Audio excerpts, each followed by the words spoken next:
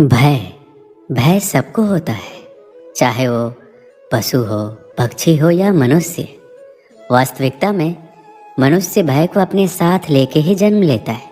तो इस भय से भय कैसा? यदि भय बुरा भाव होता तो क्या इसे हम अपने साथ लेकर जन्म लेते? वास्तविकता में भय हमें आगे बढ़ने के लिए प्रेरित करता है। अब देखिए, जीवन जीने का भय आपसे स्वयं की सुरक्षा करवाने का प्रयास करता है।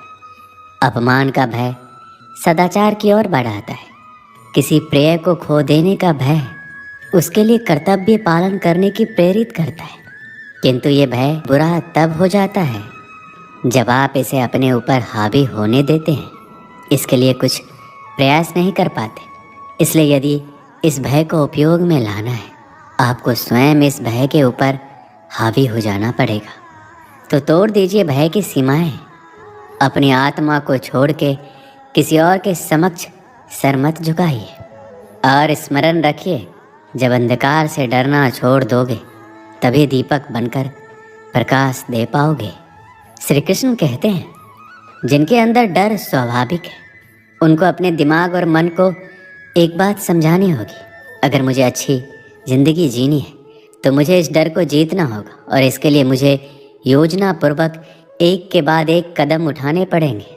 खुद को यकीन दिलाना ही होगा कि वक्त रहते ही खुद को बदलना पड़ेगा। अगर हम नहीं बदले तो वक्त ने बदलने की कोशिश की तो बड़ी तकलीफ होगी। पहले आप खुद से सवाल कीजिए, क्या मैं डर के वजह से आगे नहीं बढ़ रहा हूँ? क्या डर के वजह से मुझे सफलता नहीं मिल रही है? अगर आपका उत्तर हाँ है तो चलो डर के अंदर जाते हैं। हमें ध्यान से समझना पड़ेगा, हमें डर क्यों लगता है? क्योंकि हमारे अंदर आत्मविश्वास की कमी है। फिर सवाल आता है, हमारे अंदर आत्मविश्वास क्यों कम है? क्योंकि जिस क्षेत्र में हम सफलता हासिल करना चाहते हैं उस क्षेत्र के बारे में हमारा ज्ञान अधूरा है। इसके लिए जिस क्षेत्र में सफलता हासिल करनी है उस क्षेत्र के प्रति जितना हो सके उतना अभ्यास करना है और ज्ञान हासिल करना है, जिससे हमारे भीतर आत्मविश्वास आए और जिससे कुछ हद तक हमारा डर कम हो जाएगा। भगवान श्री कृष्ण कहते हैं, अगर किसी काम को हमें नहीं करना है तो हम बहाने देते हैं। काम में मन नहीं लगता इसलिए उस काम को बाद में करूँगा करके टाल देते हैं। कामों को आगे ढकेलने के लिए, काम नहीं करने के लिए, और जिस काम में मन नहीं लगता ऐसे सभी कामों के लिए हम जो कारण खोजते हैं उसे ही बहाना देना कहते हैं। बहुत सारे असफल लोग बहाने देते मिलेंगे, लेकिन उनको पता ही नहीं है बहानों से उनका कितना बड़ा नुकसान हो रहा है। इसे ध्यान से समझना, जब हम दूसरों को बहाना देते तो हम खुद को ही सफल होने से रोक रहे होते हैं। अपने दिमाग को अपने खुद की प्रगति पर काम करने से रोक रहे होते हैं। हम अपने दिमाग को निष्क्रिय बनाते हैं। हम दिमाग को ऐसा प्रशिक्षण देते हैं कि वो हमारे खिलाफ काम करे। जितना ज़्यादा हम बहाना देंगे उतना ही हमारे मन को खुद के खिलाफ काम करने को मजबूर कर देते हैं। इसका परिणाम ये होगा कि आप अपने ही कामों से दूर भागोगे, जिम्मेदारी से दूर भागोगे, काम में मन नहीं लगेगा, जीवन में उत्साह कम होगा, जीवन में सही निर्णय लेने में देर हो जाएगी, और फिर आप सोचेंगे कि ये सब मेरे साथ ही क्यों हो रहा है? ये सब आपके साथ इसलिए हो रहा है क्योंकि आपने ही बहाने दे देकर अपने मन और दिमाग को कुछ नहीं करने की आदत डाली है। भगवान श्री कृष्ण कहते हैं, मनुष्य का स्वभाव है कमाना, संग्रह करना, फिर चाहे धन हो, नाते हो, संबंध हो या प्रसन्नता। परंतु क्या आपने कभी सोचा है, नियति ने ये संग्रह करने की प्रवृत्ति मनुष्य में क्यों डाली? एक बीज से पौधा पनपता है, उसके भोजन से फल संग्रहित होते हैं। क्यों? इसलिए ताकि वृक्ष उसे स्वयं खा सके? नहीं, बल्कि इसलिए ताकि वो भूखे जीवों में बांटा जा सके। अब आप पूछेंगे कि इसमें वृक्ष का क्या लाभ? लाभ है, क्योंकि जो बांटता है वो मिटता नहीं। जो फल ये जीव खाते हैं और उसके बीजों को वातावरण में बिखेर देते हैं, जिससे जन्म लेते हैं नए वृक्ष। उसकी जाति, उसका गुण, उसकी मिठास अमर हो जाती है। श्री कृष्ण कहते हैं, मन बड़े ही विचित्र कृति है। ये मन शरीर के किस अंग में बसता है कोई नहीं जानता, किंतु संपूर्ण शरीर इस मन की इच्छा साकार करने के लिए प्रयास करता रहता है। अब यदि मन कुछ खाने का करे तो व्यक्ति उसकी इच्छा साकार करने का माध्यम ढूंढता रहता है। अब यदि मन किसी को शत्रु समझ ले तो व्यक्ति उसे नष्ट करने का हर संभव प्रयास करता है। अब यदि मन किसी से प्रेम करे तो उसकी प्रसन्नता के लिए हर सीमा लांघने के लिए सज्ज रहता है। परंतु जीवन सुखद हो इसके लिए ये आवश्यक है कि मन खाली रहे। भगवान श्री कृष्ण की बांसुरी की भांति भीतर कुछ भी नहीं है, न राग है न द्वेष, तब भी स्वर निकलता है। इसी प्रकार मन को भी भावनाओं से मुक्त रखना आवश्यक है। स्मरण रखिए, मन में कुछ भरकर जियोगे तो मन भर के नहीं जी पाओगे। भगवान श्री कृष्ण कहते हैं, मनुष्य की सोच संसार का सबसे गहन या कहो सबसे कठिन भाव है। कब क्या होने के पश्चात ये मन क्या सोच बैठेगा ये कहना असंभव है। और यही सोच कई बार हमारे मन में हीन की भावना ले आती है। हम सदा हमसे ऊपर की श्रेणी के व्यक्तियों को देखते हैं, उनके जीवन का विश्लेषण करते हैं और फिर स्वयं को हीन समझ लेते हैं। इसके पास इतना धन है, उसके पास कितना बल है और मेरे पास कुछ भी नहीं। मैं कितना हीन व्यक्ति हूँ, संसार के लिए मैं कुछ भी नहीं हूँ। होता है ना ऐसा, किंतु ऐसा नहीं है। आपके पास भी बहुत कुछ है। पलट के देखिए, किसी भूखे व्यक्ति को केवल एक रोटी मिल जाए तो भले ही दूसरों के लिए वो अन्न का दाना होगा, किंतु इसके लिए वो भोज से कम नहीं है।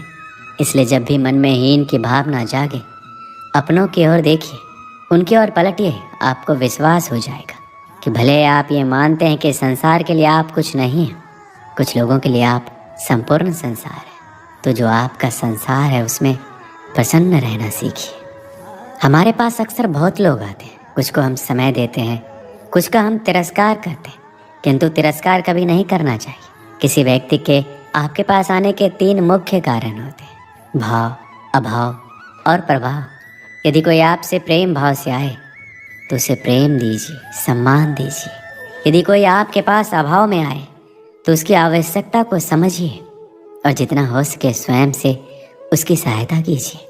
और यदि कोई आपके पास प्रभाव के कारण आए तो उसे समुचित सम्मान दें। तो खुद को भाग्यशाली समझे कि कोई आपके प्रभाव में है, किंतु तिरस्कार कभी ना करें। तिरस्कार जन्म देता है कुंठा को, और कुंठा किसी को भी आपका शत्रु बना देती है। इसलिए मित्र बनाइए, आनंद लीजिए और मेरे साथ कहिए राधे राधे। जीवन में समय चाहे जैसा भी हो, अपनों का साथ बड़ा आवश्यक होता है। सुख हो तो बढ़ जाता है, दुख हो तो बढ़ जाता है। अपनों के साथ समय कब बीत जाता है पता ही नहीं चलता, है ना।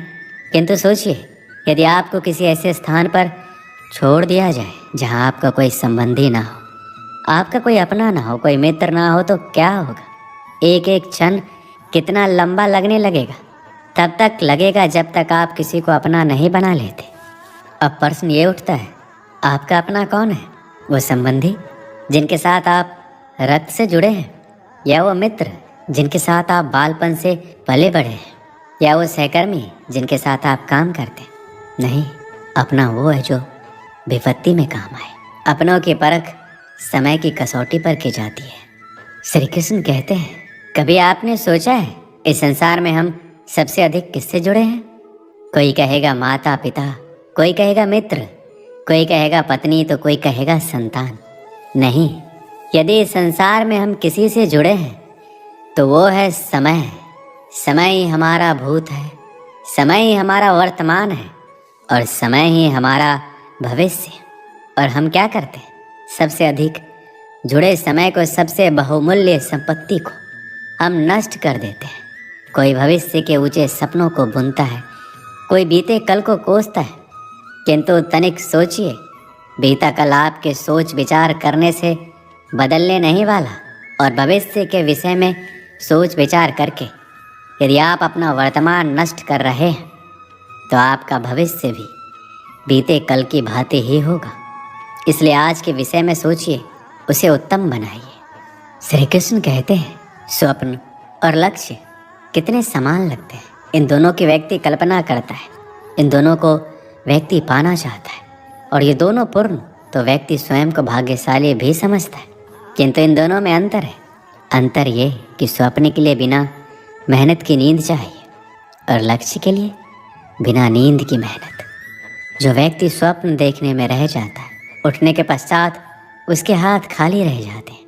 और जो व्यक्ति मेहनत करता है, सोते समय उसके हाथ उसका लक्ष्य होता है। इसलिए सपने भी देखिए तो लक्ष्य समझ के। संसार में आपको कई ऐसे लोग मिलेंगे जो आपको बताएंगे कि क्या करना है, किंतु उससे भी अधिक महत्वपूर्ण बात यह है कि क्या नहीं करना है। आज मैं आपको ऐसी 3 बातें बताऊंगा जो आपको जीवन में नहीं करनी है। पहली बात, आनंद में कभी वचन मत दो। आनंद आपके तर्क को हर लेता है और फिर आनंद में दिया गया ये वचन बाद में गले की फांस बन जाता है। दूसरी बात, क्रोध में कभी उत्तर मत दो। क्रोध आपके विवेक को खा जाता है, भविष्य दृष्टि को बाधित कर देता है और फिर कुछ क्षण के लिए आया ये क्रोध और इसमें दिया गया उत्तर बाद में जीवन भर के लिए प्रश्न बन जाता है। तीसरी बात, कभी भी दुख में निर्णय मत लो। दुख आपके सोचने समझने की क्षमता को सीमित कर देता है और दुखी मन से लिए गए निर्णय सदा दुख ही देते हैं।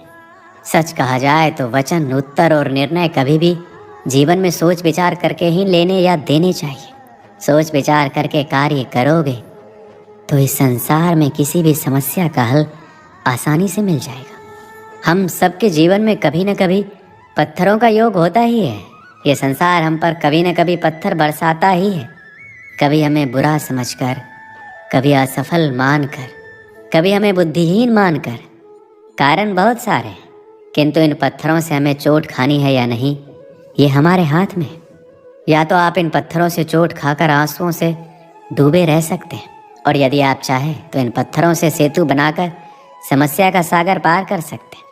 निर्णय आपका है। ये पत्थर प्रतीक है हमारी निंदा का, हमारी आलोचना का, और जो इस आलोचना को नकारात्मक ले गया वो केवल कष्ट ही पाएगा, और जिसने इस आलोचना को विकास का आधार बना लिया वो सफलता के शिखर चढ़ेगा। इसलिए स्मरण रखिएगा, आलोचना आपका शत्रु नहीं, आपका सबसे बड़ा मित्र है। श्री कृष्ण कहते हैं, अक्सर आपके बड़े बूढ़ों ने आपसे कहा होगा कि ये संसार दुख का मूल है और ईश्वर भक्ति उस दोस्त से दूर जाने का मार्ग है। किंतु सोचिए, यदि यह संसार दुख का सागर होता तो क्या नियति आपको यहाँ जन्म लेने देती? क्या ईश्वर यहाँ पर अवतार लेते? जब समस्याओं पर हमारा वश नहीं चलता, हम आरोप लगाते हैं इस संसार पे, यहाँ के लोगों पे, सोचते हैं काश वो यहाँ पर आया ही नहीं होता। एक किसान बंजर धरती पर जाता है और अपने परिश्रम से उसे लहलहाते खेत में परिवर्तित करता है। एक दर्जी जिसके पास एक सामान्य सा वस्त्र जाता है, अपने परिश्रम से उसे एक सुंदर वेश में परिवर्तित कर देता है। आप भी परिश्रम कीजिए। ये महत्वपूर्ण नहीं है कि आप किस संसार में आए हैं, ये महत्वपूर्ण नहीं है कि आप यहाँ कैसे आए। अगर कुछ महत्वपूर्ण है तो ये है, जब आप गए तब आप इस संसार को कैसा छोड़ के गए। और ये सोच के जिए कि जो किसी के लिए नर्क है वो किसी का स्वर्ग बनाकर निकलोगे तो आपका जीवन और आपका संसार दोनों धन्य हो जाएंगे। पाना और खोना दोनों जीवन के महत्वपूर्ण भाग हैं। जीवन भर व्यक्ति कुछ पाता है तो कुछ खोता है। कभी धन खोता है, कभी सम्मान, कभी मित्र, कभी अभिमान। किंतु खोना बुरी बात नहीं है, क्योंकि खोने के साथ ही वो आपको एक अमूल्य सीख दे जाता है कि कैसे उसे दोबारा ना खोया जाए।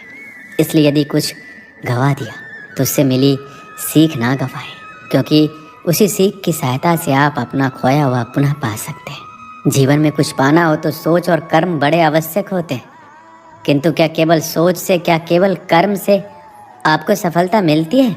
नहीं, कुछ लोग सोचते रह जाते हैं, कर्म नहीं करते, और इस कारण से उन्हें सफलता नहीं मिलती। कुछ लोग बिना सोचे समझे कर्म करते रह जाते हैं, उन्हें भी सफलता नहीं मिलती। स्मरण रखिएगा, वृक्ष को काटना हो तो कुल्हाड़ी के लगातार प्रयास करने के साथ ही कुल्हाड़ी किस दिशा में मारी जानी चाहिए, इसका ध्यान रखना जरूरी है। सोच और कर्म इनका ठीक से सम्मिश्रण करेंगे तो अवश्य ही सफलता मिलेगी। हम मनुष्य कितने ढीठ होते हैं, एक बार लक्ष्य पर दृष्टि साध ली तो उसे पाने के लिए जी जान लगा देते हैं, किंतु उस लक्ष्य को पाने की आतुरता में उस मार्ग का आनंद लेना ही भूल जाते हैं। स्वास्थ्य को दांव पर लगाते हैं धन कमाने के लिए, और फिर वही धन गंवा देते हैं स्वास्थ्य को पुनः सुधारने के लिए। देखिए, चाह बुरी बात नहीं है, किंतु चाह को पूर्ण करने की चाह में उस मार्ग का आनंद लेना भूल जाना, ये तो मूर्खता है। कभी कभी पूर्ण पाने की चाह में व्यक्ति सब कुछ गंवा देता है, भूल जाता है कि आधा चंद्रमा अधिक सुंदर होता है। जो नहीं है उसे पाने का प्रयास आप अवश्य कीजिए। किंतु जो है उसका संपूर्ण आनंद लेने में वंचित मत रहिए। दोस्तों, इस वीडियो में बस इतना ही। मिलते हैं अगले वीडियो में। अपना ख्याल रखिएगा। जय श्री कृष्ण।